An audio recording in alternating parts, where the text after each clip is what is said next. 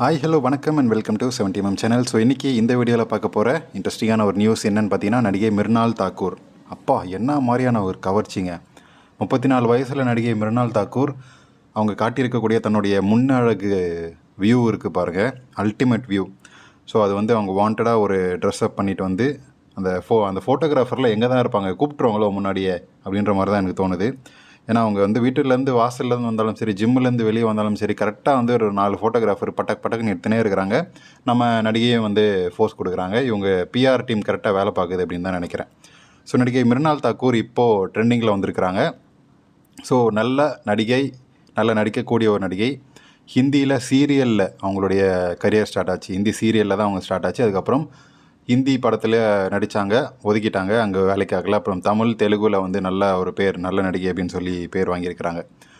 முழுக்க ஒரு ஃபுல் ஃப்ளெஜ்டான ஒரு கவர்ச்சி படத்துலேயும் நடிக்கிறதுக்கு நடிகையால் முடியும். அதே மாதிரி சீதாராமம், ஹாய் நானா அப்படின்ற மாதிரி திரைப்படத்துலேயும் வந்து அவங்களால நடிக்க முடியும். ஸோ இந்த அளவுக்கு ஹோம்லியாகவும் இந்த அளவுக்கு கவர்ச்சியாகவும் நடிக்கக்கூடிய ஒரு நடிகையாக இருக்கிறாங்க.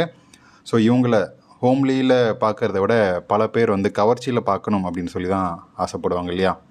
ஸோ இப்போ ரீசெண்டாக ரிலீஸ் ஆன ராஷ்மிகா மந்தனா அண்ட் மிர்னால் தாக்கூர், ஆக்சுவலி வந்து பூஜா ஹெக்டே அண்ட் மிர்னால் தாக்கூர், இவங்க 2 பேரும் நடித்த படத்துலேயுமே வந்து வெறித்தனமான ஒரு கவர்ச்சி, செம்ம கவர்ச்சி. அதில் வந்து வருண் தவான் தான் ஹீரோயின். அந்த படம் என்னமோ மொக்கையாக தான் இருக்கும். அந்த படத்துலேயே வந்து கவர்ச்சிக்காக மட்டும்தான் அந்த 2 நடிகைகளை வச்சு செய்யணும் அப்படின்றத ஒரு பிளானில் தான் வந்து பண்ணியிருக்காப்புல. அதுக்கேற்ற மாதிரி நடிகையை வந்து கவர்ச்சி காட்டியிருப்பாங்க. ஸோ முன்னாடி பார்த்தீங்கல்ல அவங்களுடைய பிக்சர். ஸோ ஜிம்லேருந்து இதுலேருந்து வெளியே வந்திருக்கிறாங்க.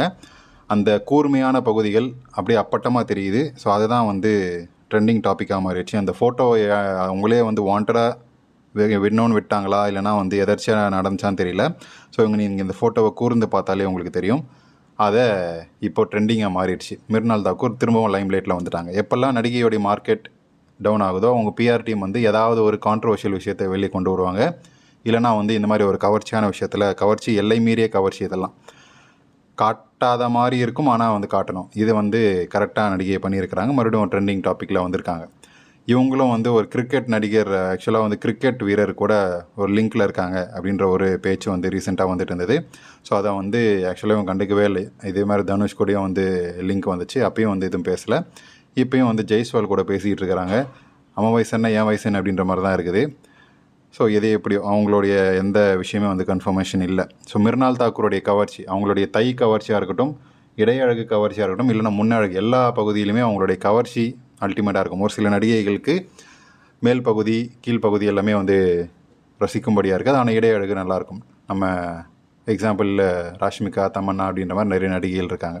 ஸோ மிர்னால் தாக்கூருக்கு எல்லாமே வந்து அல்டிமேட்டாக இருக்கும். அவங்களுடைய கவர்ச்சியுமே வந்து அல்டிமேட் தான். ஸோ அதுதான் வந்து அவங்களுடைய வண்டி ஓடுறதுக்கான முக்கியமான காரணம், நடிப்பை விட கவர்ச்சியில் தான். ஸோ நீங்கள் என்ன நினைக்கிறீங்க நடிகை மிர்னால் தாக்கூருடைய கவர்ச்சியை பற்றி?